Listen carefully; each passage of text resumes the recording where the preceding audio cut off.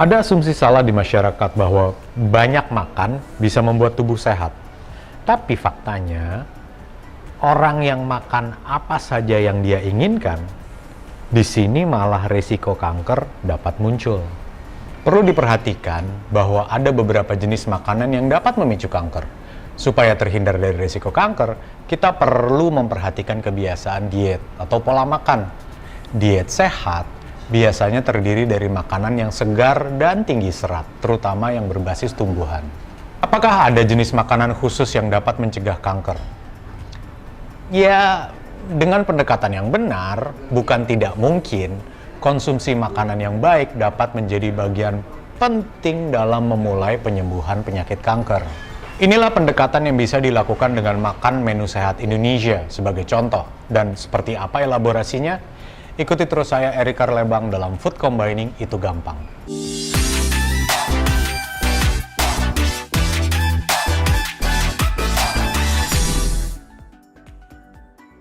Buah dan sayuran segar adalah kata kunci di sini. Karena salah satu syarat penggunaan antioksidan sebagai penanggulangan efek merusak radikal bebas atau perusak sel yang erat kaitannya dengan kanker adalah kualitas produk yang dimakan, terutama yang berbasis tumbuhan. Hidup di negara dengan iklim tropis tapi mempunyai daerah pegunungan banyak seperti Indonesia membuat budidaya tumbuhan segar tidak sulit, otomatis sangat mudah untuk dapat pasokan makanan seperti demikian setiap hari. Dengan kelebihan seperti ini, menghadapi kanker relatif lebih mudah dilakukan di Indonesia. Kebetulan saya kenal dengan narasumber penyintas kanker yang mengubah pola makannya secara drastis dan kemudian bisa menjalani hidupnya secara normal. Mari kita temui beliau. Ikuti terus saya, Erik Karlebang, dalam Food Combining Itu Gampang.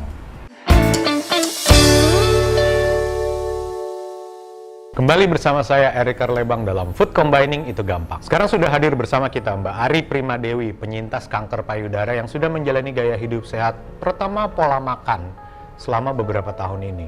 Dan alhamdulillah bisa hidup sehat berkualitas. Apa kabar, Mbak? Alhamdulillah baik, Mas Erik. Oke, terlihat segar, ya. Efek makeup ya? Nggak makeup sih tadi ya.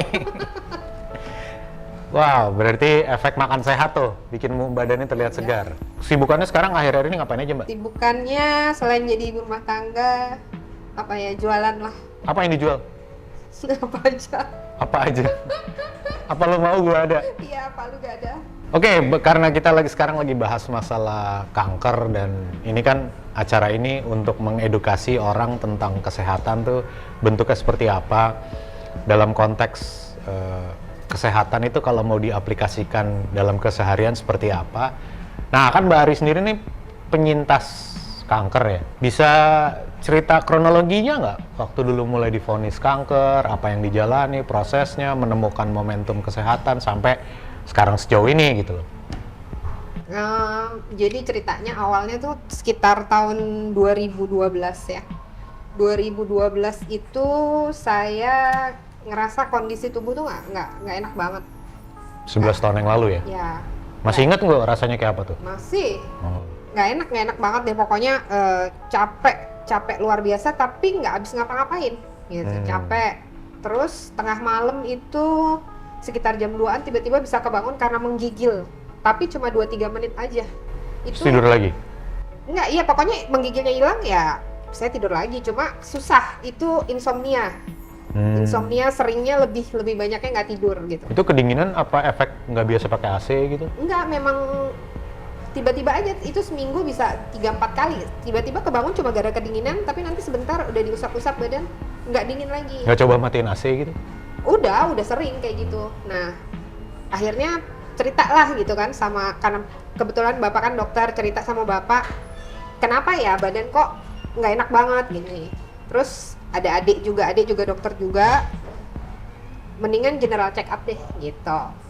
Ya udah general check up sekalian tuh dicek semua, ketahuan lah ada massa di payudara. Massa tuh apa, Mbak? Benjolan ya. Oh, benjolan. Nah, tapi saya sendiri sih sebenarnya nggak merasa gitu. Itu 2012 sekitar Desember lah ya. Sekitar Desember, terus udah gitu belum terlalu serius lah ya nanggepinnya. Sampai akhirnya kalau nggak salah tuh Februari saya baru check up lagi ke dokter yang ditunjuk adik saya gitu kan. Dia dokter dengan kekhususan payudara saat itu. Nah, Nama dokternya apa tuh, Mbak? nah, nama dokternya Bukan, nama spesialisasinya. dia ahli bedah dengan kekhususan payudara. Oh, jadi bedahnya payudara doang ya? Iya, tadinya dia dokter di NUH sebenarnya. Sunat nggak boleh ya? Nggak boleh lah. Nah, mau sunat lagi. Nah, terus udah gitu dicek lah sama dokter itu kan ya, dibuat janji lagi sama dokter untuk USG. Waktu USG kelihatan, cuma saat itu belum terlalu besar gitu, dan dokternya nganjurin untuk biopsi. Biopsi dengan needle core itu jadi kita diambil sampel lewat kayak jarum, kayak ditembak, jedek gitu. Nah, itu saya bikin janji berapa bulan setelah itu ya, pokoknya sebulan setelah itulah Ketahuan hasilnya? ya ketahuan hasilnya memang kanker. Oh. Tapi itu saat itu masih stadiumnya belum terlalu tinggi, masih 2-3 gitu deh, 2 atau 3. Informasi biasa stadium tuh 1, 2, 3, 4. Ya. Kalau 2 berarti masih di level pertengahan lah. Nah, terus udah gitu saya pikir kan itu udah deket mau puasa, deket mau lebaran gitu. Nanti aja deh cek ulangnya gitu. Oh, itu maksudnya mau cari opini kedua, ketiga gitu? Ya, akhirnya kan saya cek lagi tuh, kebetulan pas main ke Singapura lah, saya cek di NUH. Nah, di situ dicek sama aja, gitu. Orang kaya ya main-mainnya ke Singapura. Saya ke Singapura naik pesawat. Nah, udah abis lebaran lah, akhirnya bikin janji buat dioperasi. Dokternya karena dia perempuan kan, pada saat itu sih dia nggak mau saya di mastek radikal. Mastek radikal tuh artinya dibuang semua. Tapi kalau dari bapak kan kebetulan dokter bedah juga udah bilang dari awal, ini harus radikal gitu. Karena dokter perempuan kan kasihan kali sama saya. Tapi ternyata jarak berapa bulan itu, mungkin karena saya down juga ya saat itu, ke vonis kanker gitu kan. Itu baru berapa bulan itu dicek ulang USG lagi, tapi pakai kontras. Kontras itu kita dimasukin cairan, jadi dia hasilnya lebih terang. Kalau USG biasa kan cuma Kulit itu lebih putih gitu? ya enggak lah, hasilnya. Oh, hasilnya. Jadi Ya kan? dimasukin kayak cairan gitu lah, sama dokter bius juga salah satunya. Jadi lebih terang. Ternyata itu udah stadium 3B atau 4 lah sebutnya. Oh, udah naik level ya? Ya, udah besar. Ya udah, mau nggak mau kan ya harus operasi. Di tempat itu juga? Ya, saya operasi sama dokter itu. Akhirnya ya udah operasi radikal lah. Ternyata memang benar, udah nggak bisa nah dia tadinya mau teknik Crisoti atau apalah namanya. Akhirnya radikal lah. Waktu itu kan saya nggak terlalu aware ya, kanker tuh apa, ini tuh apa. Saya cuma tahu orang sakit kanker mati. Gitu. Jadi saya nggak kebayang gimana prosesnya. Ternyata kan masih harus ada kemo, masih harus radiasi. Itu bikin down sebenarnya, ya udah dokternya bilang ini mau dirujuk ke dokter onkologi. Nah, pada saat setelah selesai operasi itu kan masih banyak sebenarnya kayak bone scan segala macam. Setelah operasi saya bone scan, ternyata udah di torakal 8 belakang. Torakal tuh artinya asal katanya torasik. Torasik tuh areal dada. Jadi tulang punggung bagian dada menyebarnya ke arah sana. Ya, udah menyebar di torakal 8 di KGB. Kalau KGB waktu operasi udah diangkat sekalian. Kalau KGB tuh agen rahasia zaman dulu Uni Soviet. Salah ya? Kelenjar getah bening. Oh, kelenjar getah bening.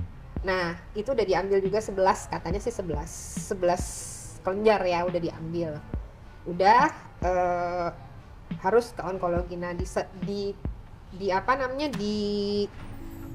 pas pertama setelah saya operasi, saya ketemu dengan sahabat saya waktu kuliah. Dia yang nganjurin saya, ayo ikut yuk kita self healing waktu itu. Self healing lah, saya ke Jogja sambil belajar tentang raw food. Raw food itu makanan-makanan mentah? Ya, waktu di Jogja itu sih disajinya emang bener-bener makanan. Sebenarnya kalau raw food kan artinya makanan mentah, tapi ternyata begitu di sana ada diolah. Oh. Dengan teknik yang katanya di bawah 40 derajat itu. Dan semuanya harus organik. sampai nunggu kemo itu kan ada jangka waktu ya. Ada jangka waktu, saya tuh ngerasa kok makan sehat agak ribet ya. Rumit. Ya, harus organik, dimasaknya juga dengan teknik yang nggak biasa gitu, pancinya pun mahal gitu kan. Terus ya ngejalaninnya jadi nggak terlalu enjoy saya gitu. Sampai setelah kemo pertama tuh saya masih melakukan itu. Kemo kedua saya cek Facebook, saya udah masuk di grup food combining, nggak taunya. Dari situ saya baca, belajar, kok lebih masuk di akal saya ya, lebih mudah ngejalaninnya, saya lebih enjoy, lebih dimanapun saya tuh bisa gitu loh. Akhirnya saya apa ya istilahnya jatuh cinta lah sama food combining karena saya gampang ngelakuin.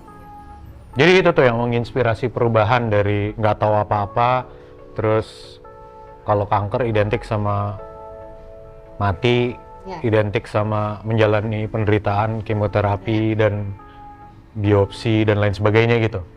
Ya, salah satu. Jadi begitu kenal food combining itu menjadi inspirasi lanjutan untuk Oke, katakanlah sudah menjalani food combining.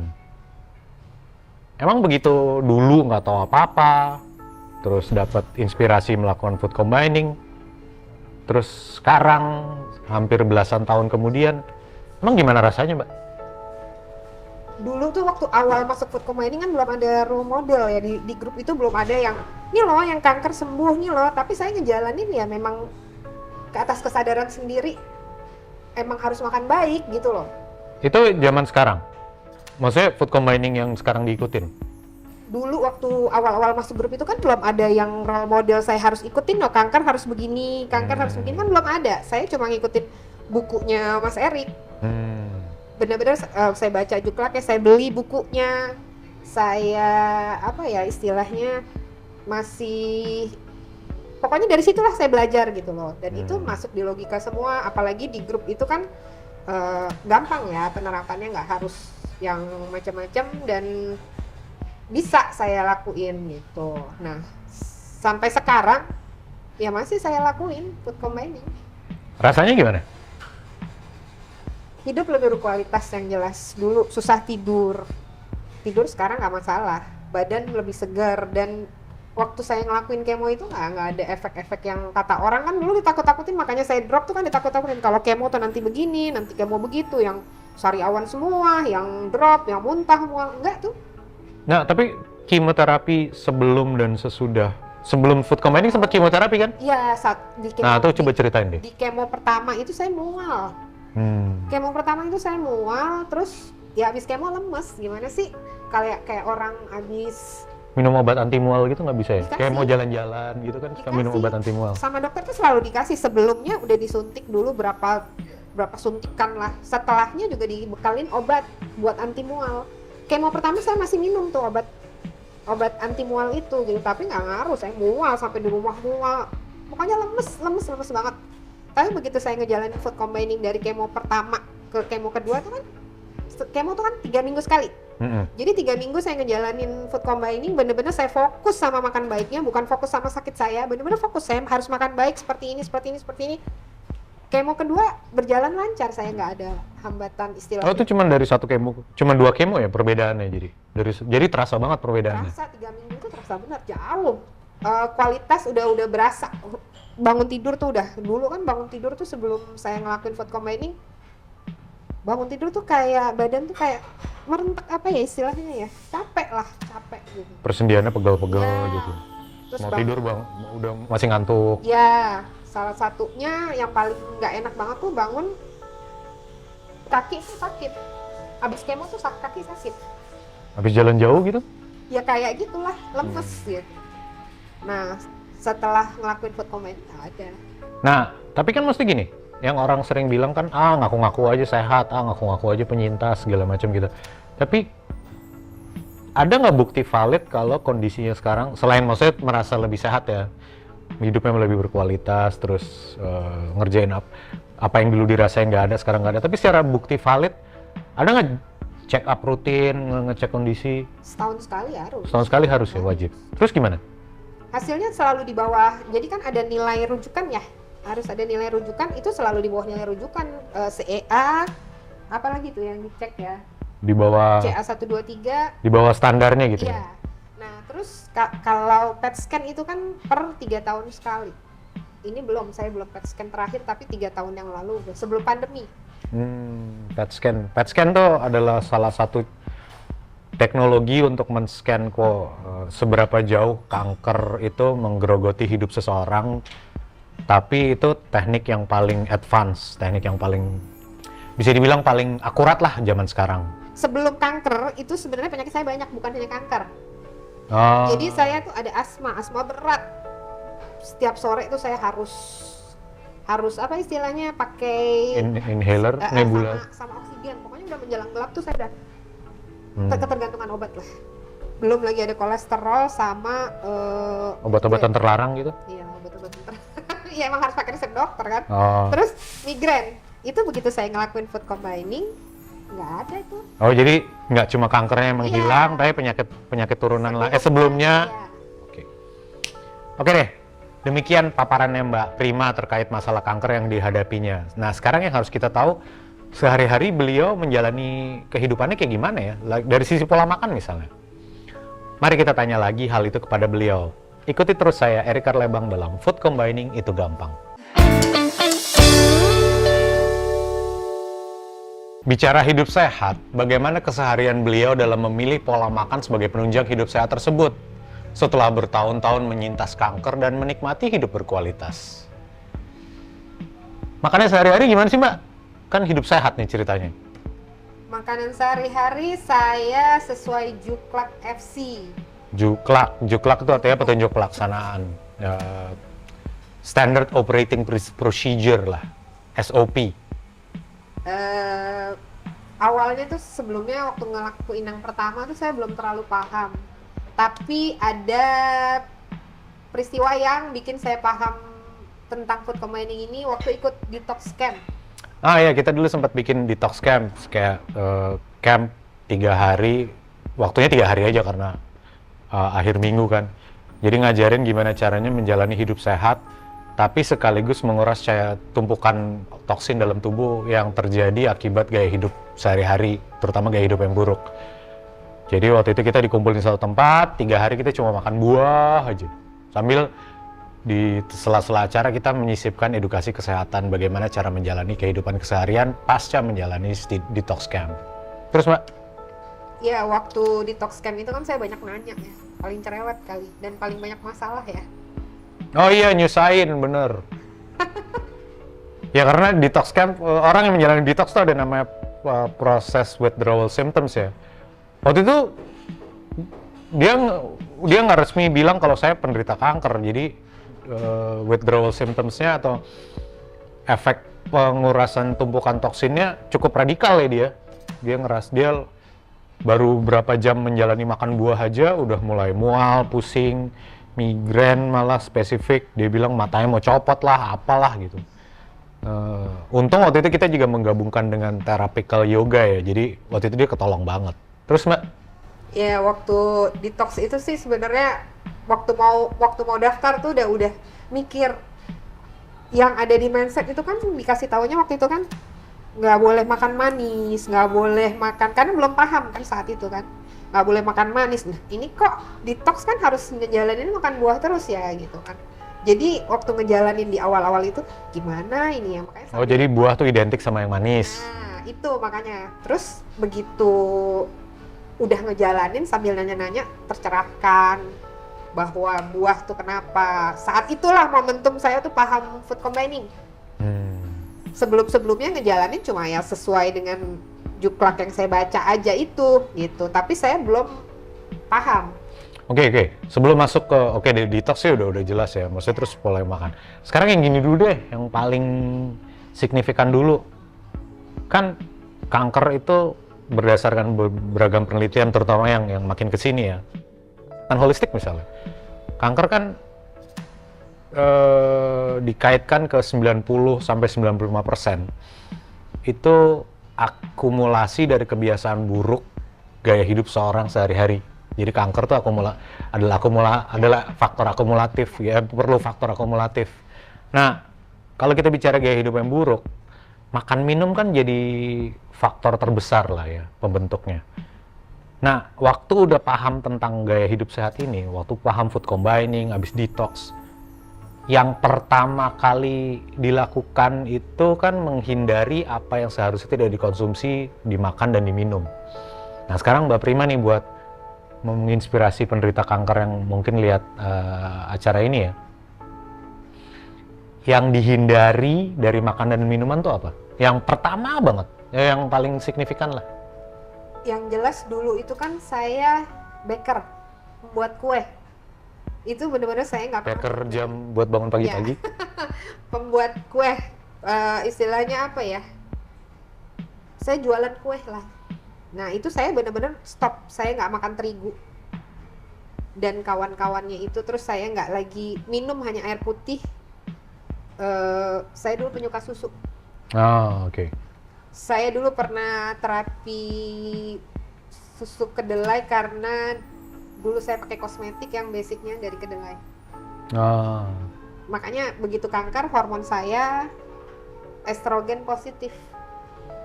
Jadi kalau kanker harusnya negatif. Enggak, kanker itu nanti ada IR, PR, sama satu lagi apa saya lupa. Nah saya PR-nya positif. Permanent resident gitu? Progesteron. Oh, progesteron. Ya, estrogen, sorry. Oh, oke. Estrogen saya positif, berarti kan memang hormonnya kacau. Nah, makanya waktu itu sama dokter dibuat saya dimenopauskan dini dengan kemo. Itu saya harus minum obat yang harusnya saya minum 5-10 tahun. Ada obat khusus lah buat orang kanker untuk mengendalikan si hormon itu. Tapi begitu saya detox, saya paham, saya ngejalanin, saya di tahun belum jadi baru 1 tahun tuh saya minum obat itu, saya berhenti minum obat itu. Jadi hari ini konsumsi obat-obatan yang dulu dikerjakan udah nggak termasuk. Ya. Tapi itu apakah termasuk yang dihindari juga? Obat-obatan ya, salah satunya saya berhenti. Obat asma, obat kolesterol, semua obat saya berhenti. Berhenti karena Kepala saya loh ya, istilahnya gini. Saya paham bahwa apa yang saya lakukan, saya yakin dengan makan baik saya. Tubuh saya udah merespon dengan baik, saya bangun tidur udah segar, hidup saya lebih berkualitas, saya nggak flu, saya nggak sakit-sakitan badannya, pokoknya berkualitas hidup saya, baru saya berani berhenti. Tapi bukan berarti ini menganjurkan orang untuk berhenti minum obat ya? Enggak. Nah, dari situ istilahnya, makanya tadi yang dibilang menopause dini, setelah saya berhenti obat itu, saya haid lagi. Oke, obat-obatan nggak. Ada lagi nggak yang dihindari, yang secara signifikan dihindari? Sekarang sih saya cuma minum air putih, kopi, susu segala macam saya udah enggak. Minuman, kopi, susu, sirup, soda gitu udah enggak ya? Kalau makanan? Makanan olahan yang kebanyakan saya lebih banyak. Jadi asupan saya tuh 70% sayur segar, buah segar. Sisanya baru saya masak, tapi juga nggak ada yang olahan terlalu panjang gitu. Olahan terlalu panjang? Ya, kayak kue-kue dulu tuh kan saya buat tuh, saya udah menghindari frozen food. Dan saya nggak, sejak kanker saya nggak makan hewani. Oh, jadi protein hewani dihindarkan? Ya, dihindarkan. Kalau jadi kesan yang saya tangkap apa-apa yang mahal dihindari ya? Iya, bener. Jadi sekarang lebih murah makannya. Iya, bener. Kadang-kadang malah kalau lagi di rumah nggak ada sayuran apapun, metik aja daun mangga, daun mengkudu, daun kedondong kan di depan rumah ada tuh. Pokoknya yang penting dalam isi piring saya ada sayuran segar. Oh, jadi dedaunan yang di sekitar tuh dimakan juga ya? Iya dong. Justru itu makanya jadi lebih murah banget. Lebih orientasinya ke tumbuh-tumbuhan. Iya. Tapi sebenarnya bukan vegetarian juga, enggak. Sesekali kan kalau bikin sambal pakai terasi dong. Oh, oke. Ya. Kenapa terasi? Biar enak. Oh, biar enak. Makan sehat itu kan jangan jadi nggak enak. Jadi makannya tetap enak nih Tetap ya? enak dong. Walaupun murah tetap enak? Iya dong. Kalau makanan nggak enak, ntar bosan di jalan. Nggak konsisten. Nah, kenapa salah satunya saya ngejalanin food combining ini betah sampai bertahun-tahun? Karena enak. Tunggu. Kan banyak nih penderita kanker yang sering banget saya dengar hindari makan sambal. Iya. Malah ada yang bilang jangan makan garam. Kalau lagi nggak ada makanan mau di warteg nggak masalah. Makan di warteg? Iya dong. Yang penting kan kita paham dengan apa yang kita makan. Ada sayur segar. Minta aja sama tukang warteg yang ada timun nggak? Ada apa tuh namanya, daun bawang. Saya nggak daun bawang. Daun bawang digadoin? Iya. Dijadiin lelak. Banyak banget kan orang yang sekarang memanfaatkan kondisi penderita kanker untuk pakai tanda kutip ya, secara komersil menjual barang bahan makanan. Sebelum saya ngelakuin food combining, saya bilang saya belajar raw food, mana berani saya makan di warteg.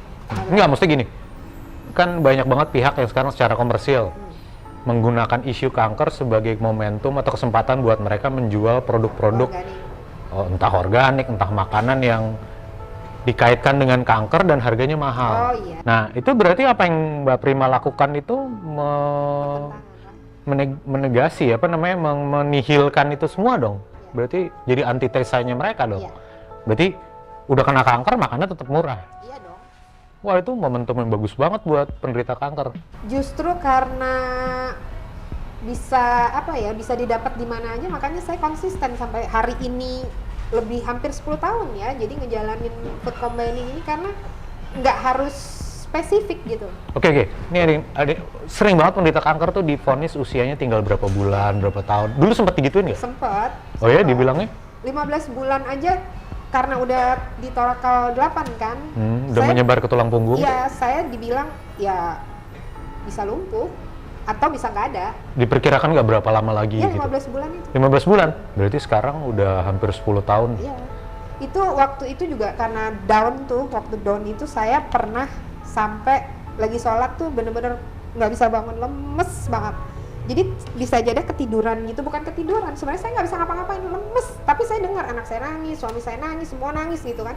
Tapi nggak bisa ngapa-ngapain. Cuma di dalam entah pingsan, entah apa namanya ya.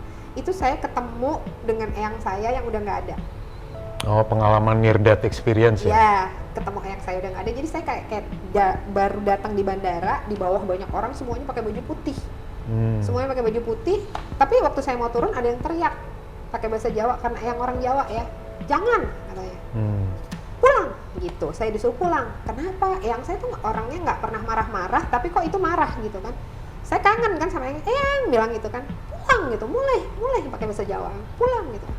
Saya sambil takut pulang, balik kanan. Pulang tuh balik badan maksudnya? Iya, balik kanan, tiba-tiba saya udah denger tuh nangis, anak saya nangis, dengar suara orang nangis lah, tapi saya nggak bisa ngapa-ngapain, nangis banget. Tiba-tiba kayak ada rasa anget, cerut. Oh, tapi ini belum menjalani pola hidup sehat ya? Baru mulai. Baru mulai menjalani pola hidup sehat, tapi masih vonisnya tuh kan kanker tuh masih di kepala tuh, masih kanker tuh mati, kanker tuh gitu loh. Nah, momentum saya benar-benar yakin dengan pola makan sehat ya setelah detox. Oke, detox camp. Nah, kita udah mulai di ujung-ujung acara nih. Kita padatkan, summarize, kita rangkum. Ada pesan khusus nggak sih bagi penderita kanker dari Mbak Prima? Buat penderita kanker, apapun itu jenis kankernya, sebenarnya kuncinya sama, pola makan. Mau kanker payudara, kanker usus, kanker rahim, kanker apapun, kalau pola makannya bisa paham, dibenerin, dan nggak keduluan sama si sel kankernya, istilahnya kalau di food combining kan kita nabung enzim ya, banyak makan sayuran segar, buah, sesuai juklak, itu pasti bisa kok lewat. Keduluan sama sel kanker tuh maksudnya gimana, Mbak? Kanker itu kan membelahnya berjuta-juta ya dia ya. Jadi dibuat jangan sampai dia suasana tubuhnya jangan gini. Kalau saya gini, pernah ada seorang dokter bilang gini sama saya, kanker dari lahir itu punya cita-citanya traveling ke seluruh badan. Nah, kalau dia mau traveling jangan dikasih akomodasi, benar nggak? Kalau dikasih akomodasi dia traveling dong. Kalau dia nggak punya akomodasi dia nggak akan traveling, di situ aja. Akomodasi itu maksudnya? Ya, makanannya itu. Kendaraan untuk dia menyebarkan diri. Nah, jangan dikasih akomodasi, istilahnya yang makanan yang membuat suasana tubuh semakin menjadi asid, kalau istilah kita apa ya, istilahnya semakin asam gitu. Nah, makan makanan yang buat tubuh suasananya menjadi basah, sayur segar, buah segar gitu. Lebih banyak itu isi piring dibanding dengan sayuran yang dimasak. Kalau saya, kunci saya dari isi piring saya 30% tuh makanan yang diolah, nasi dan lauk pauk. Tapi nggak makan hewani ya saya, dan 70%-nya sayuran segar. 70% sayuran segar. Oke, itu tadi berarti pakai teori pH darah asam basa ya, yang sekarang populer dengan istilah pola makan alkaline. Oke. Well, masih banyak sih sebenarnya yang bisa ditanya. Masih banyak yang pasti membuat penderita kanker terutama atau mereka yang tertarik dengan isu ini kepingin bertanya-tanya lagi ya. Ya cek aja Mbak Prima di sosial media, dia on kok, selalu sedia waktu, setiap saat untuk menjawab. Jadi apa yang dia miliki, apa yang sudah dia lalui, itu dia dengan senang hati membaginya. Pernah nulis buku juga ya, Mbak ya? Nulis buku. Ya, kalau masih bisa nyari, Masih banyak. Ari Prima Dewi, itu bukunya apa judulnya, Mbak? Think Pink. Think Pink. Pink. Oke. Hidup sehat setelah kanker. Hidup sehat setelah kanker. Hidup berkualitas. Ya udah hampir 10 tahun berarti ya? Udah 10 tahun ya? Udah lewat malah? Iya, buku itu tahun... Oh, bukan. 2015. Hidup sehat. Oh iya dong, ini tahun ke-10. Tahun ke-10? Iya. Lumayan ya, dari 15 bulan bonus. Oke, terima kasih waktunya Mbak. Sama-sama. Semoga sehat selalu, Amin. semoga makin menginspirasi buat sekelilingnya. Semoga, ya udah nggak usah diomongin lah, komitmen dan konsistensi pasti udah dikerjakan selama ini. Berharap yang terbaik buat Mbak, jauh ke depannya semakin menginspirasi banyak orang, semakin banyak yang mendapatkan manfaat. Terima kasih sangat sudah bergabung dengan kami di sini. Sama-sama. Oke, sekarang kita elaborasi apa yang tadi disampaikan oleh Mbak Prima.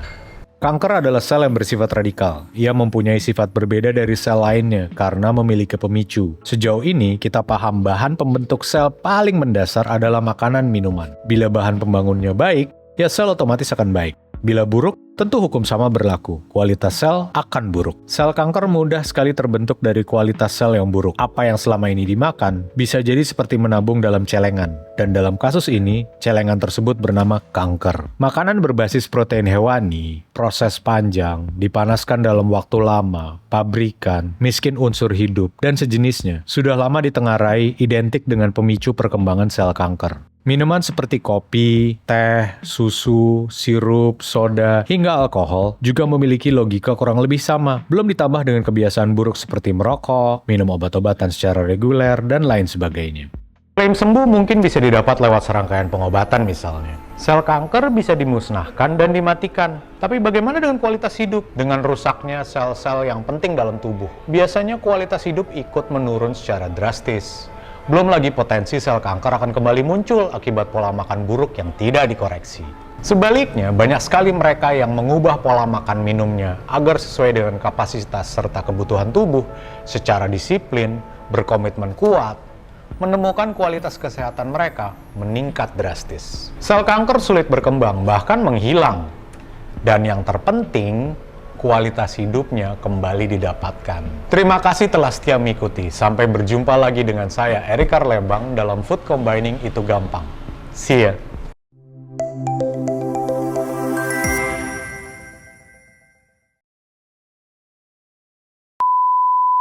Terima kasih.